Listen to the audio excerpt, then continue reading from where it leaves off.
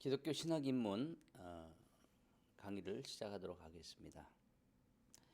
오늘 할 강의는 제 6강 교재 17장부터 19장 내용을 우리가 한번 살펴보도록 하겠습니다. 교재 17장에는 인간이란 무엇인가 란 주제로, 또 18장은 그러면 온전한 인간의 의미는 무엇인가, 19장은 그 온전한 인간이 가지고 있는 특성이 무엇인가, 바로 하나님의 형상에 대해서 우리가 같이 오늘 한번 살펴보도록 하겠습니다. 사람들은 무엇인가를 믿으며 살아갑니다. 그리고 믿는 대로 행동을 합니다. 바로 이 믿음과 행동의 차이가 사람의 차이를 가져오게 되는 것입니다. 오늘 우리가 공부를 하는 것은 바로 어떤 인간으로서 우리가 이 세상을 살아가는 것인가, 또 우리는 이러한 어떤 믿음과 행동의 체계를 가지고, 또 이것을 우리는 세계관 또는 인생관이라고 하는데, 바로 인간은 어떤 그 안경을 끼고 이 세상을 바라보고, 또 어떠한 사고방식을 가지고 이 세상을 살아갈 것인가를 하는 그런 분명한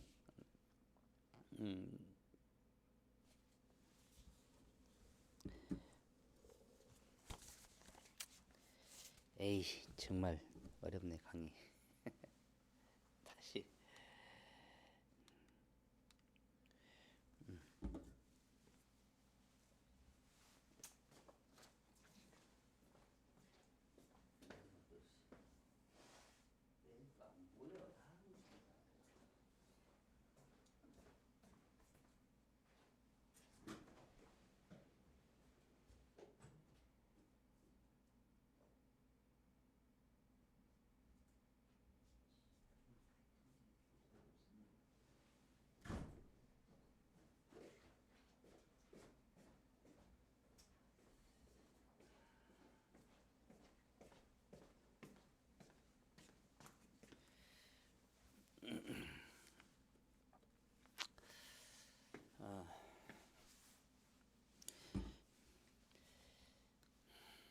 시작하도록 하겠습니다.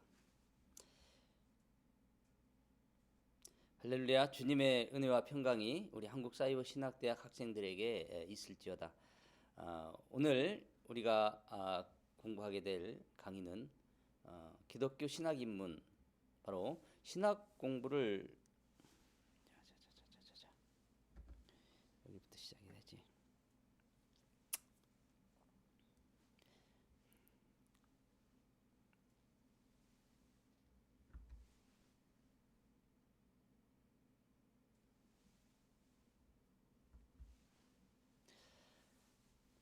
주님의 은혜와 평강이 우리 한국사이버신학대학 모든 학생들에게 있을지어다. 오늘 기독교 신학입문 제 6강을 우리가 공부하도록 하겠습니다. 기독교 신학입문 제 6강에서는 교재 17장부터 19장 내용을 우리가 한번 살펴볼 건데요. 17장에서는 인간이란 무엇인가, 인간 존재에 대해서 한번 살펴볼 것이고요. 18장에서는 그러면 인간 존재에 입각한 바로 온전한 인간의 상은 무엇인가, 바로 그 온전한 인간상 속에 들어있는 하나님의 형상의 의미는 무엇인가, 우리가 오늘 여기까지 제6강에서 한번 살펴보도록 하겠습니다. 먼저 우리 17장에서 살펴볼 내용은 인간이란 무엇인가입니다. 웨스트민스터 요리문답 1번 대요리문답 소리문답을 보면 첫 번째 문항에서 이렇게 묻고 있습니다. 사람의 제일 최고의 목적은 무엇입니까? 하고 묻습니다. 또 사람의 제일 되는 목적이 무엇입니까? 이렇게 묻는데 여기에 대한 답은 사람의 제일 최고의 목적은 하나님께 영광을 돌리고 그를 영원토록 충만하게 즐거워하는 것입니다. 이렇게 답을 하고 있습니다. 사람의 제일 최고의 목적은 하나님께 영광을 돌리는 것이다. 그리고 그 하나님을 영원토록 충만하게 즐거워하는 것이 바로 사람의 최고의 목적이다. 이렇게 답을 하고 있습니다. 또 이 그 답의 그 근거는 바로 로마서 11장 36절, 고린도전서 10장 31절, 시편 73편 25절로 28절, 그리고 요한복음 17장 22절로 24절의 말씀을 근거로 우리가 이 답을 찾을 수가 있는데, 바로 사람의 제일 되는 목적은 하나님께 영광을 돌리고 그 하나님을 영원토록 즐거워하는 그런 삶을 사는 것입니다. 바로 이것이 인간입니다. 고린도전서 10장 31절 말씀을 우리가 잠깐 보면, 그런즉 너희는 먹든지 마시든지 무엇을 하든지 다 하나님의 영광을 위하여 하라. 이렇게 사도 바울은 고린도 교회 성도들에게 말씀하고 있다는 사실입니다. 그러면 참된 그런 인생의 의미는 우리가 어디서 찾아볼 수 있는가? 참된 인생의 의미, 바로 인간은 무엇인가, 나는 누구인가, 왜 나는 여기 있는가, 나는 어디서 와서 어디로 가는가 하는 이 수많은 그런 질문들에 대한 온전한 그런 답, 이 답을 얻기 위해서 현자들이, 또 철학자들이, 많은 학자들이 지속적으로 고민하고 애를 썼지만 여기에 대한 적당한 그런 답을 얻지는, 정확한 그런 답을 얻지는 못했습니다. 또 그렇게 정확한 답을 제시를 하지는 못하지만 이들이 고민했던 한 가지 공통점은 바로 인간은 올바른 자아인식에서 바로 참된 인생의 의미를 발견할 수가 있고 거기에서 이것을 찾을 수 있다. 그러면 이 참된 인간의 자아인식을 어떻게 우리가 발견할 수가 있는가? 우리는 바로 이것을 신학적으로, 즉 하나님을 알므로 말미암아서 여기에 대한 답을 발견할 수가 있는데, 여기에 대한 답을 우리는 바로 성경에서 찾을 수가 있습니다. 바로 인간은 하나님과 뗄래야 뗄 수 없는 그런 상호 관계 속에서 우리 참된 인생의 의미를 발견할 수 있다. 이렇게 우리는 정의를 할 수가 있습니다. 그래서 이 참된 인생의 의미를 발견하기 위해서 많은 이 목회자들이 1618년에서 19년 사이에 도르트에 모여서 이 회의를 했습니다. 그래서 거기에서 나온 5가지 결론이 있습니다. 그 5가지 결론을 우리는 은혜의 교리다 그렇게 얘기도 하고, 또는 칼빈주의 5대 교리 뭐 이렇게 얘기도 하기도 합니다. 또는 튤립의 교리다 이렇게 얘기도 합니다. 튤립이라는 것은 여기 화면에 보는 것처럼 전적 타락, 무조건적 선택, 제한 속죄, 불가항력적 은혜, 성도의 견인의 그 첫 이니셜, 바로 토탈 디프리베이티, 또 unconditional election, 또 limited atonement, 또 irresistible grace, 또 perseverance of saints에서 앞에 나오는 TULIP를 얘기를 하는 거죠. 바로 이 그 원리들이 얘기하는 것은 바로 인간은 전적으로 근본적으로 타락한 그런 존재다. 이렇게 전제를 시작을 합니다. 바로 우리 기독교 신앙은 바로 인간 존재가 어떤 존재인가? 바로 인간 존재는 전적으로 근본적으로 타락한 그런 존재다. 이 타락함으로 말미암아서 죄의 행위와 죄의 마음이 이제 드러나게 됐고, 그로 말미암아서 그 타락한 존재를 하나님의 은혜로 어떻게 구속하시고 어떻게 그 효력이 있게 하시고 그것을 보존하시는가를 바로 성경은 얘기하고 있다. 바로 기독교 신앙은 그것을 이 성경으로부터 얻고, 그 성경의 인도하심, 바로 성경의 인도하심이라는 것은 곧 하나님의 인도하심, 바로 성경을 통해서 하나님은 성령으로 이 성경을 통해서 하나님의 말씀으로 우리 성도들을 견인해 가시고 있기 때문에 그렇습니다. 그래서 우리 개혁파 정통 그 신앙의 핵심은 바로 하나님과의 관계에 있어서 인간의 존재를 인식하고 자각하는 데 있습니다. 이것이 이것이 선행되지 않고는 우리에게 바른 신앙은 있을 수가 없다고 이렇게 분명히 말씀을 드릴 수가 있습니다.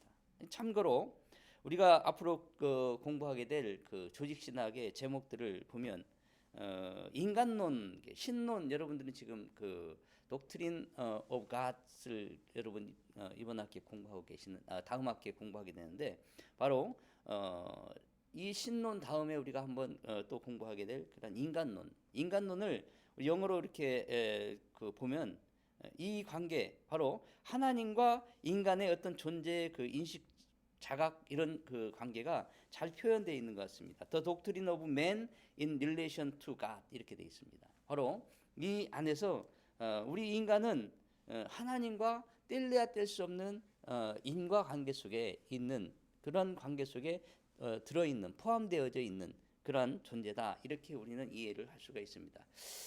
그 인간에 대한 그 이해를 많은 그 사람들이 우리 그 시도를 해봤는데 종교적으로 또 철학적으로 사상적으로 이것들을 시도를 해봤습니다만은 그러나 이들이 가지고 있는 그러한 이런 시도 가운데서 정확한 정말 만족할 만한 그러한 답을 내놓지는 못했다. 우리는 이들이 내는 모든 답은 결론적으로는 불가능하다. 불완전하다. 이렇게 결론을 내릴 수밖에 없습니다. 바로 불교의 그 인간의 이해에서도 보는 것처럼 마음의 미혹과 번뇌를 극복한 그런 사람이 부처가 되고 극락왕생을 한다. 그렇게 얘기하는데 사실은 그와 같이 자기 스스로 이 모든 미혹과 번뇌를 완전히 극복한 그런 사람은 존재할 수가 없다는 것입니다. 완전한 인간이신 예수 그리스도를 제외하고는 말이죠. 또 철학적인 그런 어떤 사고 방식도 마찬가지입니다. 어떤 그것은 형이 상학이든 형이 하학이든 또 이원론이든 삼원론이든 어떤 그런 논리를 가지고 생각을 할 수는 있지만 그것을 실제적으로 실행하고 또 그것을 바탕으로 살아가는 오늘날 모든 사람들 이 지구상에 있는 모든 나라들의 사회를 바라보면 결코 완전한 어떤 답을 그 철학도 내놓지 못하고 있다고 우리는 분명히 볼 수가 있습니다. 또 사상적인 그런 얘기도 마찬가지입니다. 유물론적인 이해라고 얘기하는데 인간은 우연히 발생되어졌고 자연 선택적 그런 진화를 통해서 존재한다 이렇게 얘기하는데 여기서 진화를 얘기하는 순간 엄청난 그러한 인간에 대한 문제가 발생이 된다. 또 이것을 우리가 오늘 한번 살펴보도록 하겠습니다. 그러면 현대 과학과 경제 시대에서 인간관은 무엇인가? 여기서 얘기하는 이 현대 시대, 오늘날 이 시대를 얘기하는데 이 시대의 인간관은 바로 세속주의입니다. 그리고 이기주의입니다. 더구나 거기에 하나 더 붙인다면 과대망상증에 걸려있다 이렇게 얘기를 우리는 결론적으로 얘기할 수가 있습니다. 그러면 어떻게 목사님 그렇게 자신 있게 그 부분을 얘기할 수 있습니까? 이것은 오늘날은 모든 세상이 물질 만능주의에 쌓여 있고요. 황금 만능주의죠. 그리고 자기 이익을 추구하는 바로 이기주의의 아주 그 대표적인 그런 세대입니다. 그래서 개인 또 어떤 지역 또 어떤 집단 또는 나라 이 모든 것이 자기 이익을 중심으로 자기 유익을 중심으로 모든 것이 돌아가고 있다는 것입니다. 그리고 그들이 가지고 있는 과대망상증은 바로 인간은 그 능력이 무궁무진해서 그러면서 지금까지 이렇게 모든 과학 문명들이 발달이 돼서 이제는 저 멀리 우주 바깥까지 이제 나가는 그런 그 바깥에 있는 그런 정보들을 이제 이 과학 기술로 우리가 받아볼 수 있지 않느냐. 그래서 인간은 하나님과 같고 인간은 하나님이 생명을 창조하신 것처럼 그렇게 생명을 복제하고 생명을 만들어낼 수 있는 그런 기술 수준에까지 도달해 있다고 그렇게 과대망상증의 아주 병증들을 얘기하고 있다는 것입니다. 그래서 이 현대 과학과 경제 시대의 인간과는 인간에 대한 무한한 그런 긍정을 가지고 있습니다. 즉 문명과 이 환경 변화는 사고의 어떤 전환을 가지고 왔죠. 그래서 관계 중심의 그런 인간에서 독립, 바로 자율적 그런 존재, 자신의 능력이 최고라는 그러한 사고로 전환되어져 버렸다는 것이죠.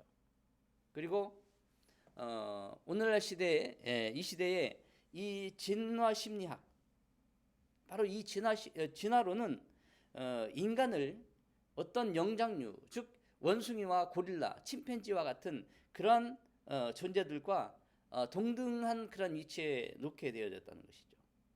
그러나 하나님의 창조를 안다면 이것은 엄청난 인간에 대한 비하입니다. 어떻게 인간이 동물과 같은 그런 존재가 될 수 있을 것인가? 이것은 인간이 바로 조금 더 그런 동물들보다는 더 잘 진화되어졌다는 그런 사고방식인데, 그것은 인간에 대한 엄청난 욕이고 또 비하입니다. 그리고 현대 과학이 얘기하는 인간의 기원을 보면 그들은 어떤 추정과 과학적인 그런 가설 껍데기를 가지고 속이 비어있는, 텅텅 비어있는 그런 인간을 얘기하고 있다는 것입니다.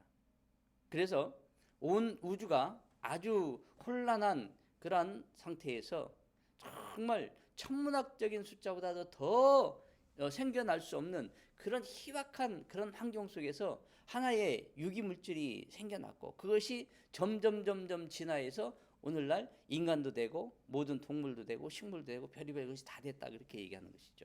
근데 이러한 거짓말이 먹혀 들어가고 있다는 것이죠, 오늘날. 그리고 이러한 생각을 가능하게 했던 것은 바로 오늘날 우리 인간들의 이 문명이 발달해서 거대 시각의 그 세계와 아주 그 거시적인 그런 세계관을 가질 수가 있었고, 또 미시적인 우리 눈에 보이지 않는 전자현미경이나 이런 것으로 볼 수 있는 그런 것까지도 다 관찰할 수 있는 그런 세상이 되다 보니까 우리 사람들에게 이런 과대망상증이 생겨날 수밖에 없다는 것입니다. 참고로 우리가 말씀드려서 세속주의는 바로 세속주의는 인본주의, 상대주의, 물질주의, 실용주의 뭐 이런 기타 등등을 다 포함해서 우리는 세속이다 이렇게 표현을 합니다. 여기서 얘기하는 이런 사상들이 결국은 우리 인간들을 하나님과 멀어지게 하고 있는 그런 제약된 타락한 그런 인간의 본성들을 나타내주고 있다, 그렇게 얘기를 할 수가 있습니다. 그러면 인간의 참된 모습은 어디서 발견할 수가 있는가? 인간의 참된 모습은 우리는 성경의 가르침을 통해서 발견할 수가 있는데, 바로 인간의 이 참된 모습은 신학적인 그런 이해 안에 있다고 볼 수가 있습니다. 우리가 창세기 1장 26절로 27절 말씀을 한번 보도록 하십시다. 창세기 1장 26절, 27절, 28절 말씀을 한번 읽습니다. 하나님이 이르시되 우리의 형상을 따라 우리의 모양대로 우리가 사람을 만들고 그들로 바다의 물고기와 하늘의 새와 가축과 온 땅에 기는 모든 것을 다스리게 하자 하시고, 하나님이 자기 형상 곧 하나님의 형상대로 사람을 창조하시되 남자와 여자를 창조하시고, 하나님이 그들에게 복을 주시며 하나님이 그들에게 이르시되 생육하고 번성하여 땅에 충만하라, 땅을 정복하라, 바다의 물고기와 하늘의 새와 땅에 움직이는 모든 생물을 다스리라 하시니라. 즉 이런 현대 문명 가운데 나타나고 있는 그런 인간관, 바로 이런 그 인간들의 사고방식은 바로 하나님이 주신 이 복된 말씀을 곡해하고 오해하고 왜곡해서 나타나는 그런 인간의 가장 죄악된 모습을 보여주고 있다는 것입니다. 그러면 성경이 가르쳐주고 있는 바로 이 신학적인 인간관에 대한 이해는 바로 이런 것입니다. 인간은 하나님의 피조물이다. 방금 전에 우리가 창세기 1장 26절로 27절 말씀을 읽었는데 하나님이 인간을 남자와 여자 이렇게 창조하셨다. 여기에는 각각의 의미가 담겨 있습니다. 또 창세기 2장 7절로 9절 말씀 보면 여호와 하나님이 땅의 흙으로 사람을 지으시고 생기를 그 코에 불어넣으시니 사람이 생명이 된지라. 여호와 하나님이 동방의 에덴에 동산을 창설하시고 그 지으신 사람을 거기에 두시니라. 여호와 하나님이 그 땅에 보기에 아름답고 먹기 좋은 나무가 나게 하시니 동산 가운데는 생명나무와 선악을 알게 하는 나무도 있더라. 이렇게 얘기하고 있습니다. 자, 이 말씀 안에도 우리 인간과 관련된 인간 존재와 관련된 그런 분명한 의미들이 포함되어 있습니다. 또 15절로 25절 말씀을 보면요, 여호와 하나님이 그 사람을 이끌어 에덴 동산에 두어 그를 경작하게 하며 지키게 하시고, 바로 이하 25절까지 쭉 말씀을 읽어보면 인간이 살아갈 그런 기능적인 그런 면들을 거기서 발견할 수가 있다는 것입니다. 그래서 우리는 이 세 부분의 말씀을 통해서 인간의 참모습, 바로 신학적인 그런 이해를 도출해낼 수가 있습니다. 먼저는 인간은 하나님의 피조물이라는 사실이죠. 또 인간은 하나님의 형상은 닮은 그런 담지자라는 얘기입니다. 그리고 인간은 남자와 여자, 바로 인격적 그런 관계성 또 집단성 이런 것을 가진 그런 존재다, 이렇게 얘기하고 있고요. 또 인간은 하나님에 대한 의존적인 그런 존재다. 우리가 2장 7절 말씀을 보면 알 수가 있죠. 2장 7절, 8절, 9절 말씀을 보면 하나님이 동방의 에덴의 동산을 창설하시고 그 지으신 사람을 거기에 두셨다. 바로 하나님의 전적인 그런 의존적인 그런 관계, 하나님과 떠나서는 우리 인간은 온전한 그런 존재로 설 수 없다. 또 하나님의 말씀에 대해서 순종과 책임을 져야 되는 그런 존재다. 9절 말씀, 여호와 하나님이 그 땅에 보시기에 아름답고 먹기 좋은 나무를 놓으시고, 15절 말씀을 보면요, 경작하게 하시며, 16절 여호와 하나님이 그 사람에게 명하여 이르시되 동산 각종 나무의 열매는 내가 임으로 먹되 선악을 알게 하는 나무의 열매는 먹지 말라. 내가 먹는 날에는 반드시 죽으리라. 이렇게 하나님이 말씀하고 있죠. 그러면 하나님이 말씀을 하셨는가?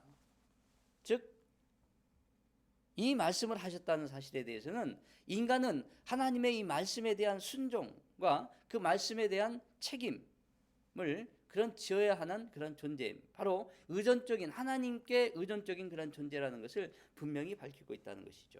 또 창조적 선한 존재다. 하나님은 바로 인간을 지으시고, 인간을 맨 마지막으로 지으시고, 하나님은 참 기뻐하시면서 그것을 선히 여기셨다고 그랬습니다. 여기서 이 선은 우리가 얘기하는 그런 착할 선, 이 한자로는 그렇게 표현하지만 여기서 말하는 이 선은 하나님이 기뻐하시고 좋아하셨다는 것입니다. 하나님을 즐거워한다는 것입니다. 온 우주 만물이 하나님을 참으로 기뻐하고 즐거워하는 것입니다. 그래서 저는 이 자연 현상들을 보면서요, 저 들과 산에 그 많이 퍼져 있는 그 나무들을 보면 참 그 나무들이요, 이렇게 하나님을 마음껏 찬양하고 있는 그런 모습을 발견할 수가 있습니다. 나무들 가지들은 거의 모두가 이렇게 하늘을 향해서 우리 사람들이 하나님을 찬양할 때 두 손을 들고 이렇게 찬양하듯이 나무들의 모습이 이런 모양으로 다 되어 있다는 것입니다. 물론 이렇게 옆으로 퍼진 가지도 있고 또 눈이 많이 오는 그런 지역에는 나무가 역삼각형인 그런 그 삼각형인 그런 나무도 있죠. 그러나 그런 모습을 보면서 하나님이 이 자연의 모든 현상들을 바라보면서 하나님이 얼마나 이 세상을 아름답게 창조하셨는가, 그런 모습을 우리 충분히 생각을 해볼 수가 있습니다. 또 하나님께서는 인간 창조하시고 그 인간에게 생육하며 번성하며 일하는 존재. 여기서 이것은 이 그 창세기 1장 28절 말씀인데요. 그 말씀에 보면 문화명령이다 그렇게 얘기하는데, 우리 사람들에게 이 문화명령, 바로 생육하고 번성하고 땅을 정복하고 잘 다스리는 그러한 일들은 우리 인간의 욕심을 채우기 위한 그러한 일이 아니라는 것이죠. 그런데 우리 사람들은 이 부분을 어떻게 자기 욕심을 채우는 그러한 그 모양으로 변질, 왜곡시켜서 살아가고 있다는 사실이죠. 그러니까 우리 인간이 얼마나 죄악된 그런 모습의 존재들인가, 우리는 여실히 알 수가 있는 것입니다.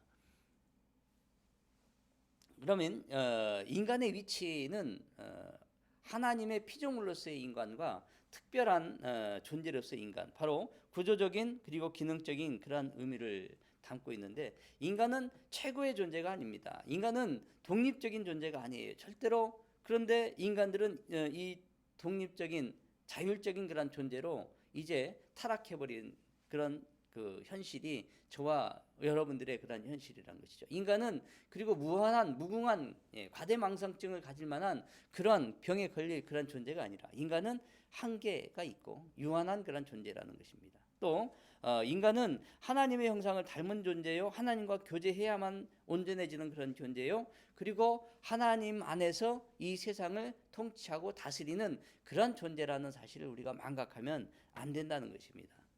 하나님이 인간을 창조하신 목적은 어디에 있을까요? 하나님이 인간을 창조하신 목적은 바로 이사야서 43장 7절 말씀을 보면 우리가 분명히 알 수가 있습니다. 여러분들이 가지고 있는 그 꼭 알아야 할 기독교 핵심 진리 20, 또 꼭 알아야 할 기독교 핵심 용어 17, 이 안에 있는 내용들을 우리가 보면 이 그 하나 창조의 목적이 무엇인가를 잘 기술하고 있습니다. 여러분들이 이 내용들을 잘 숙지하고 필독에 정리하고 여러분들의 그 신앙의 밑거름으로 삼을 수 있기를 바랍니다. 또 여러분들이 여기에 대한 개념을 분명히 잘 세워놓으면 여러분들이 앞으로 하는 모든 신학의 공부가 참으로 수월하고, 또 여러분들이 하는 그 앞으로의 목회 또 사역의 그런 과정들이 굉장히 수월해지고 올바른 길로 갈 수 있게 되어지는 것입니다. 그래서 우리는 잘 배워야 하고 바르게 배워야 할 그런 분명한 이유가 있는 것입니다. 즉 우리 하나님은 당신의 영광을 위해서, 당신의 이름을 위해서 그렇게 이 온 우주 만물을 창조하셨습니다. 그렇게 하신 이유는 하나님은 어떤 필요가 어떠한 것에 의해 어떤 것이 하나님을 도와야 될 그런 필요가 있어서 이것을 만든 것이 아닙니다. 우리는 바로 인간 창조의 이유를 이사야서 43장 말씀을 자세히 읽어보면 그 안에 너무나도 잘 기술이 되어 있어요. 또 웨스트민스터 요리문답 1번 문항의 답에서 본 것처럼 인간의 제일 된 첫째 목적은 바로 하나님께 영광을 돌리고 하나님을 기뻐하는 일이라는 그런 사실을 우리는 발견할 수가 있다는 것입니다.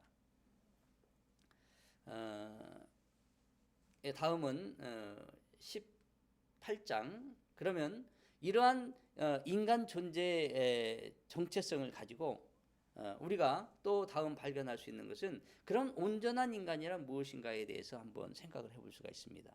온전한 인간은 무엇인가? 온전한 인간은 마가복음 12장 30절 말씀처럼 내 마음을 다하고 내 목숨을 다하고 내 뜻을 다하고 내 힘을 다하여 너의 하나님이신 주님을 사랑하라. 기록하였을 때 내가 거룩하니 너희도 거룩할지어다 하셨느니라. 바로 하나님이 주시는 이 희락, 기쁨, 즐거움, 이것으로 하나님을 마음껏 찬양하는 것이 바로 온전한 인간의 모습인 것입니다. 우리가 인간의 구조를 한번 살펴보면 인간의 구성에 대한 그런 논쟁이 있는데요. 3분설이냐 2분설이냐 이렇게 얘기하는데, 인간이 3분설이라는 얘기는 영과 혼과 육으로 돼 있다 이렇게 주장하는 사람들의 주장이고요. 또 2분설이라는 것은 영과 육으로 구성되어 있다 이렇게 주장하는 것입니다. 그러면 육과 영으로 구성된 인간은 바로 육체와 영혼이 완전히 하나가 되어야 완전한 인간이다. 또 인간의 생명의 그 융합성인데 이것은 무엇이냐면 사람의 생명이 여러분 어디에 있다고 생각하세요? 사람의 생명은 육신에 있습니까? 아니면 사람의 생명은 영혼에 있습니까? 바로 영과 육의 이 완전한 융합 안에 이 사람의 생명이 있다는 것을 우리는 인정할 수밖에 없을 것입니다. 그래서 인간이 영과 육의 전 존재로 하나님과 이웃을 온전히 섬길 때 바로 온전한 그런 인간이다. 이렇게 얘기할 수가 있는 것입니다. 영과 육의 상호 관계. 여러분, 영과 육의 상호 관계를 우리가 이것은 따로 분리할 수가 없습니다. 인간의 육체의 고통은 인간의 영혼에 분명한 그런 영향을 미치고요. 또 영의 그 고뇌는 육신에 또 영향을 미치고 있는 것을 볼 수가 있습니다. 여러분, 우리가 마음의 병이 걸리면 육신이 쇠약해지고요. 또 육신에 극심한 그런 병이 걸리면 마음이 또 쇠약해지는 그런 아주 이것은 지극히 당연한 그런 결과로 초래될 수가 있다는 것입니다. 또 인간 존재에 영향을 미치는 이 복합적인 환경 속에서 또 통합적인 존재에 대한 이해를 우리가 어떻게 하면 좋을까? 여기에 대해서 고민했던 밀라드 에릭슨이라는 그 사람이 복음주의 조직 신학에서 이렇게 설명을 했어요. 화학적인 그런 화합물이다. 인간의 육신과 영혼은 화합물이다. 즉 NaCl 소금의 그 원소 기호죠. 바로 NaCl 그 나트륨과 염소가 같이 결합이 되어야 온전한 소금이 된 것처럼 만약에 우리 육신만 있고 우리 육신과 영이 따로따로 떨어져 있다 보면 우리 육신은 시체고요. 우리 영은 귀신인 거예요. 그래서 시체 따로 귀신 따로가 될 수가 없다는 것이죠. 영과 육이 하나로 되었을 때 온전한 생명이 된 것처럼 바로 흙으로 사람이 창세기 2장 7절 말씀처럼 여호와 하나님이 땅에 흙으로 사람을 지으시고 생기를 그 코에 불어 넣으시니 사람이 생명이 된지라 이렇게 말합니다. 바로 땅의 흙으로 지어진 이 토기 인형 가운데 하나님의 영이 결합됨으로써 하나님의 영이 융합되어 됨으로써 생명을 얻은 그런 존재가 되었다는 것을 얘기하는 것입니다. 그래서 인간은 그런 융합적인 존재입니다. 또 이 융합적인 존재 인간은 늘 성장하고 번성하고 또 번창해야 되는 그런 존재입니다. 이것이 하나님이 우리 사람들에게 주신 그런 복에 나갈 그런 진전입니다. 그래서 어디까지 성장되어야 하느냐면 바로 예수 그리스도의 장성한 분량까지 바로 가는 것이죠. 바로 융합적인 인격체로서 인간은 바로 인간의 인격은 지정의 세 가지의 기능으로 만들어진 그런 통합체입니다. 지식, 지적인 그런 그 요소, 그리고 감정적인 요소, 그리고 의지적인 요소가 이렇게 되어 있다. 그런데 이 그 세 가지의 기능이 잘못되어지면 어떻게 되느냐? 이 세 가지 기능이 항상 잘 그 조화를 이루어야 되는데 그것이 잘못되어지면 만약에 너무나 지적인 그런 요소들이 강제가 되면 지성 우월주의가 됩니다. 또 그것이 지성이 너무나 약해지면 반지성주의가 되는 것이죠. 또 감정도 마찬가지입니다. 감성이 너무나 많아지면 감정의 기복이 심하면 그런 불안하고 불안정되어지고 위험이 되고요. 또 반감성주의가 되면 무미건조한 그런 얘기가 되죠. 그래서 여러분들이 이제 공부를 하면서 조나단 에드워드 목사님이 쓰신 신앙감정론이라는 더 Religions of Affection이라는 그런 책이 있습니다. 부흥과 계획사에도 있고 다른 여러 출판사에서 이 신앙감정론을 번역해서 낸 책이 있는데 이런 책들을 한번 사서 읽으면 참 좋을 것 같고요. 또 언젠가 한번 우리 또 이 그 책에 대한 그런 강좌도 한번 강의도 한번 개설할 그런 계획이 있습니다. 또 너무나 의지 의지는 행동이죠. 바로 이 의지적 그런 실천이 너무나 많아지면 또 어떤 맹종적 그런 행동주의에 빠지기가 쉽다는 것이죠. 그러나 너무나 또 이 행동을 무시해 버리면 무의주의, 또 안빈낙도, 귀족노름, 양반노름이라고 그러죠. 이런 것으로 빠져버리는데, 사실은 이런 그 잘못된 그런 편견에 의해서 만들어지는 것들은 모두가 다 죄악을 유발하고 죄 가운데 빠지게 만든다는 것입니다. 또 이런 세 요소가 서로 의존적이고 영향을 주고 받음으로써 온전한 그러한 인격체인 인간을 만들 수가 있는 것입니다. 그래서 우리의 그 성장의 목표는 이 세 가지가 잘 균형 잡힌 그러한 목적, 바로 그것이 창조의 목적이요 문화명령의 목적인 것입니다. 그래서 우리는 지성적으로도 성장을 해야 되고 정서적으로도 성장해야 되고 또 이 행동의 성장도 반드시 있어야 됩니다. 이것을 우리는 어떤 것을 통해서 배울 수 있는가? 바로 성경을 통해서 배우고 그 배운 것을 그 각인함으로, 자각함으로 깨닫게 되어지고, 그리고 결국은 이 모든 것이 우리의 행위로 드러나는 것이죠. 착한 행실, 바로 마태복음 5장 16절에 말씀하고 있는 그 착한 행실입니다. 주님이 말씀하시는 그 착한 행실, 그 착한 행실이 곧 세상의 소금과 빛, 세상의 언약과 그리스도의 빛이 된다는 것이죠. 마태복음 5장 13절로 14절에 나와 있는 그 말씀이죠. 이렇게 되어지는 것이 바로 오직 하나님께 영광, 솔리데오 글로리아, 이것이 된다는 것입니다. 그러면 이 온전한 인간의 모델은 바로 예수 그리스도이십니다. 그래서 오늘날 교회는 예수님을 닮는 그런 훈련을 끊임없이 해야 되고, 또 우리 각 개인은 바로 예수님 닮기 훈련에 아주 적극적으로 동참해야 되는 것이죠. 그래서 예수님을 닮고 예수님의 모습까지 닮아가기 위해서 날마다 쫓아가고 그렇게 거룩한 마음을 가질 때 하나님은 성령으로 말씀 안에 성경 말씀 안에 성령으로 역사하셔서 저와 여러분들을 그렇게 변화시켜 가시는 거예요. 사실은 마태복음 5장에 나와 있는 팔복은 우리에게 그 복이 있는 것이 아니에요. 그리고 그 마태복음 5장에서 말씀하시는 그 복은 바로 우리를 온전한 인간으로 만들어 가시는 그리스도의 인격체, 바로 그런 모습으로 만들어 주시겠다는 하나님의 약속이고, 그 하나님의 약속이 이제 예수 그리스도의 실체로 보여주시고, 그 예수 그리스도 실체를 이제 교훈 삼아서 성령께서 우리를 그 잣대 기준까지 이끌어 가시는 것입니다. 저와 여러분들은 바로 그 길 가운데 있고, 우리는 그 길 가운데서 정말 지금 가장 복된 길을 지금 달려가고 있다, 그렇게 제가 여러분들에게 감히 말씀을 드릴 수가 있습니다. 이제 이번 강의의 마지막 부분인 19장인데요.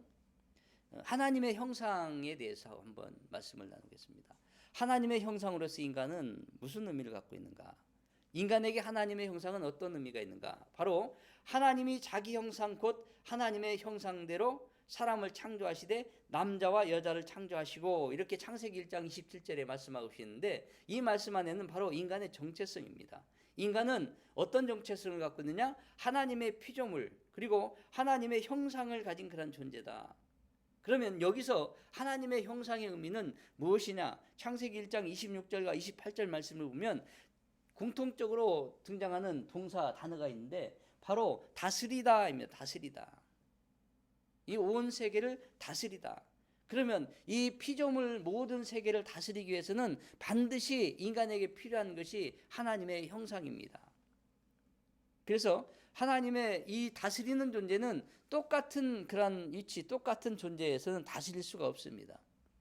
그들보다도 낮고 무엇인가 특출난 것들이, 특별한 능력들이 있을 때 그것을 잘 조화롭게 관리하면서 다스리는 그런 의미가 있기 때문에 그렇습니다. 군림하는 것이 아닙니다. 여러분, 인간이 타락함으로 말미암아서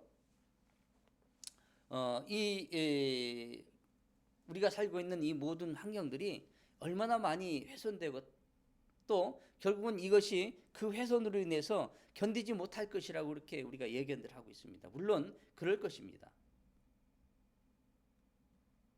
이 조화롭지 못한 그러한 일들이 일어날 수 있기 때문에 그렇다는 것이죠. 그래서 창세기 1장 26절로 28절 말씀에 보면 이 다스림, 창조 전후의 목적이 분명히 하나님 보시기에 좋은 그런 모습이어야 되고, 이 다스림은 하나님 안에서 하나님이 만드신 이 피조물들에 대한 다스림의 권리를 바로 인간에게 부여하셨다는 사실을 우리가 기억을 해야 됩니다. 그래서 인간은 창조 전과 창조 후에 분명히 동일한 그러한 목적과 동일한 그러한 기능을 갖고 있다는 사실을 우리가 잊으면 안 된다는 것입니다.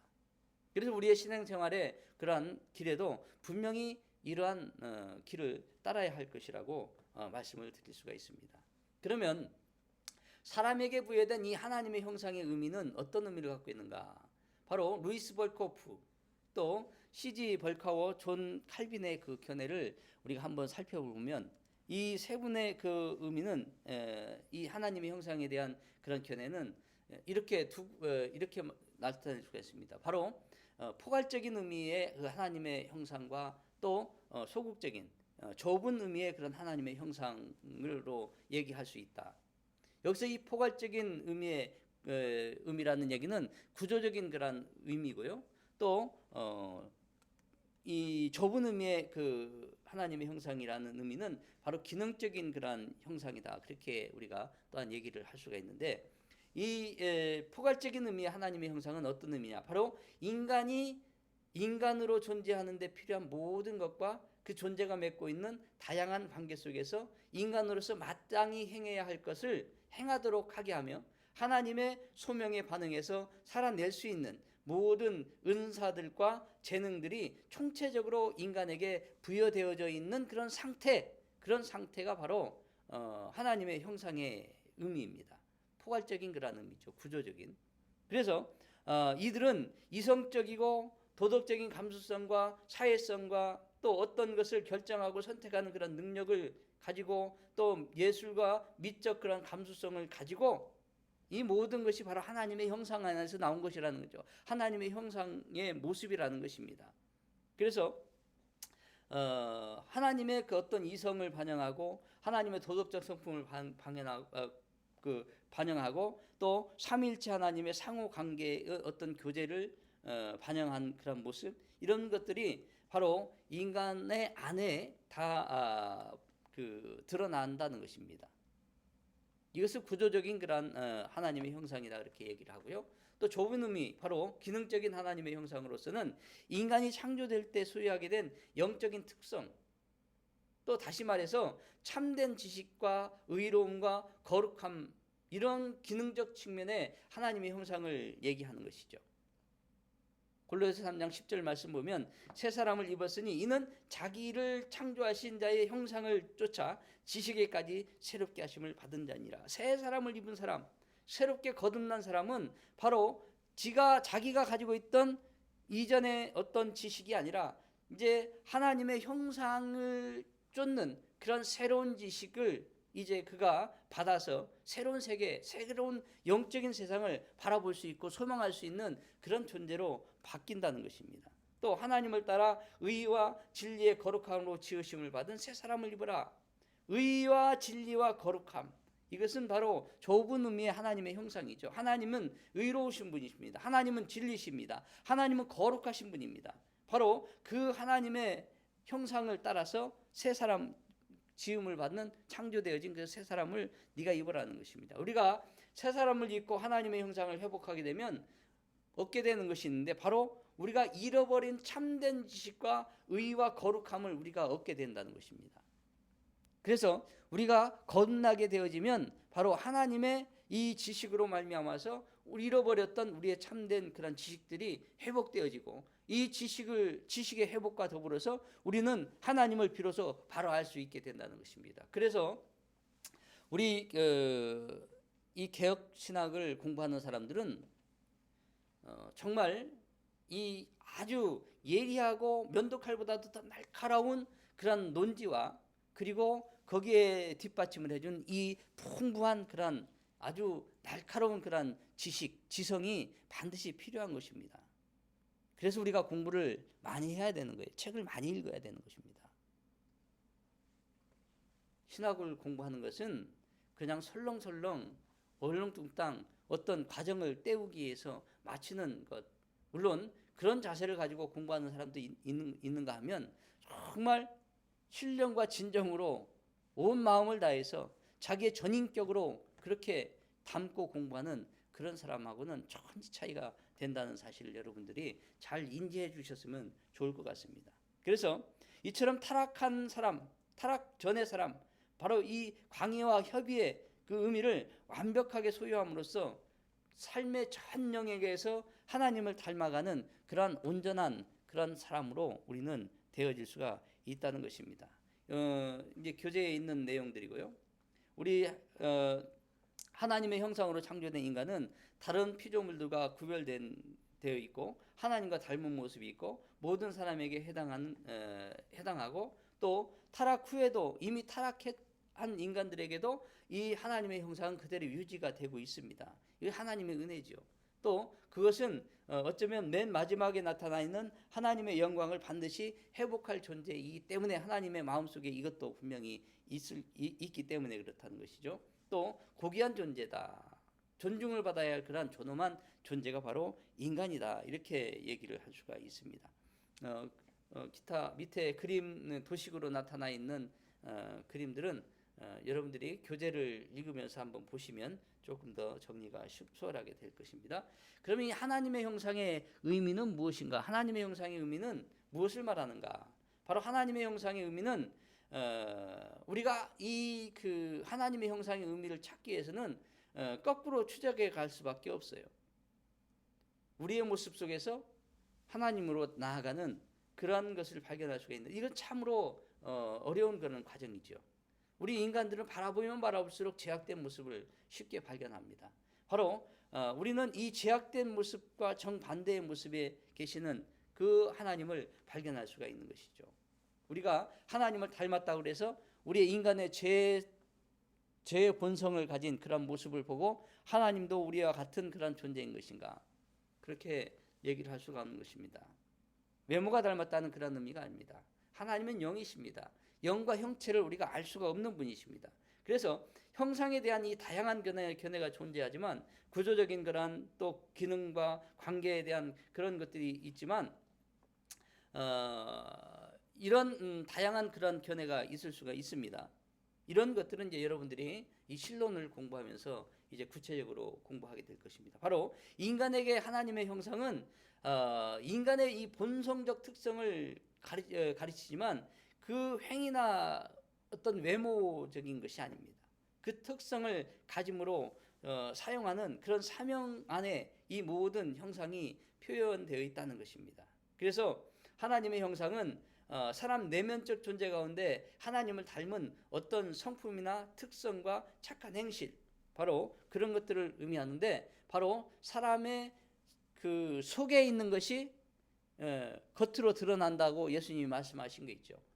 내 입으로 들어간 그 음식이 너를 더럽게 하는 것이 아니라 바로 네 마음속에 있는 그 품은, 그 마음이, 그 성품이 바로 너의 행실에 착함, 선과 악을 드러낼 것이라는 그런 얘기인 것입니다. 바로 우리 안에 있는 이 하나님의 형상을 우리가 잘 깨달아야만 되는 것입니다. 이런 부분들은 여러분 이제 성품이 닮은 부분, 존재의 부분이 닮은 부분, 이런 것은 여러분들이 이제 신론을 공부할 때 공부를 하시면 되고요. 바로 하나님의 형상이 훼손되어졌고 이제 그 훼손되어진 하나님의 인간에 의해서 인간의 불순종으로 훼손되어진 이 하나님의 형상이 이제 하나님에 의해서 어떻게 회복되어지는 것인가를 얘기하고 있는 것인데, 여기에 나타나 있는 바와 마찬가지로 하나님은 인류의 역사에 구원의 서정, 바로 회복의 서정을 새겨 놓으셨습니다. 그래서 우리가 역사를 공부하면, 또 교회사를 공부하면 하나님이 어떻게 인류를 구원해 가시는가를 한눈에 볼 수가 있는 것이죠. 또 성경은 창조와 타락과 구속과 견인과 회복이라는 이런 주제를 우리에게 분명히 말씀하고 있습니다. 또 인간이 어떻게 하나님의 명예를 훼손했고 그 다음에 하나님은 그 훼손되어진 그 하나님의 명예를 하나님이 어떻게 회복해 가시는가. 그 회복하기 위해서 예수 그리스도 하나님의 독생자를 초림에 보내셨고 그래서 십자가의 고난과 죽음을 통해서 부활을 통해서 그것을 다시 회복시키셨고 교회를 성령으로 인도해 가심으로 이제 마지막 그 재림의 날까지 이제 이것을 이끌어 가신다는 것이에요. 그리고 이 재림을 통해서 완전한 회복을 하신다는 그런 내용들을 말씀하고 있는 것입니다. 이것이 성경에서 얘기하고 있는 그러한 인간에 대한 얘기고 하나님의 형상에 대한 그러한 의미입니다. 하나님의 형상이 우리의 삶에 주는 그런 의미는 인간의 존엄성. 우리 인간은 절대로 어느 누구로부터 차별을 당한다거나 지배를 당한다거나 그럴 수가 없습니다. 이것은 하나님이 금지하신 것입니다. 모든 인간은 다 동등합니다. 왕이든 저 밑에 있는 노예든 다 존엄한 그런 가치를 지닌 하나님이 보실 때는 다 동등한 그런 가치예요. 근데 우리 인간들은 이 죄악이 많은 인간들은 어떻게 봅니까? 나는 왕이고 나는 대통령이고 너희는 개 돼지다. 이렇게 작년에 2016년에 대한민국에 큰 이슈가 됐던 정부의 고위 관리는 아주 존엄한 사람이고 일반 국민들은 개 돼지다 이렇게 표현했다가 목이 잘린 그런 사람이 있지요. 그처럼 이런 사고방식을 갖고 살아가니까 이 세상이 정말 잿덩어리일 수밖에 없고 또 그 사회가 참으로 타락하고 부패한 그런 모습으로 드러날 수밖에 없는 것입니다. 여러분, 인간은 존엄한 존재예요. 하나님의 대리자입니다. 그래서 이것을 위반할 때는 바로 하나님을 대적하는 행위예요. 인간이 인간을 차별한다거나 지배한다거나 이럴 때는 바로 하나님을 대적하는 그런 행위로 간주해도 된다는 것입니다. 그래서 우리 그리스도인들은 모든 사람을 대할 때 항상 사랑으로 은혜로 이렇게 품어줘야 한다는 것입니다. 순종은 하나님의 형상의 사람으로서의 분명한 그런 책임입니다. 여러분, 아들은 아버지를 닮아야 됩니다. 거기에 보면 사진을 한 장 제가 올려놨는데 바로 붕어빵 사진입니다. 붕어빵 틀에 붕어빵이 똑같은 그런 모양으로 탁탁 찢겨져서 나옵니다. 바로 그리스도인은 특히 신학을 공부하는 자는 예수 그리스도의 붕어빵, 바로 전인격적인 온전한 인간의 삶을 추구해가는 그러한 붕어빵들이 되어야 할 줄로 압니다. 그런데 이 붕어빵이 정말 모양이 다 똑같다고 해서 붕어빵이라고 붙여진 건데요.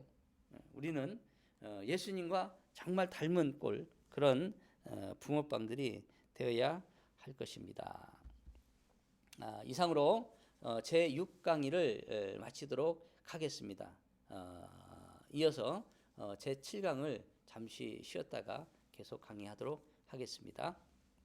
수고하셨습니다.